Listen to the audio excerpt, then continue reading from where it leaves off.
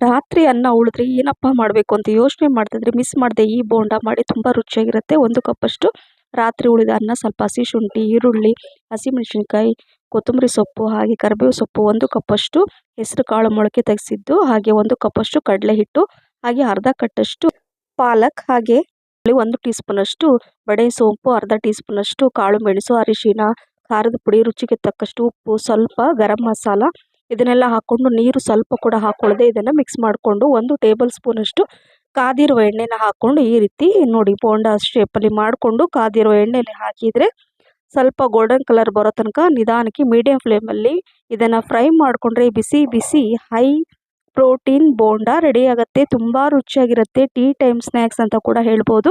Miss ಮಾಡದೆ ಮಾಡಿ ಅಂತ ಹೇಳ್ತಾ, ಈ ರೆಸಿಪಿ ಇಷ್ಟ ಆಗಿದ್ದರೆ ಲೈಕ್, ಶೇರ್, ಕಮೆಂಟ್ಸ್ ಮತ್ತು ಸಬ್ಸ್ಕ್ರೈಬ್ ಮಾಡಿ.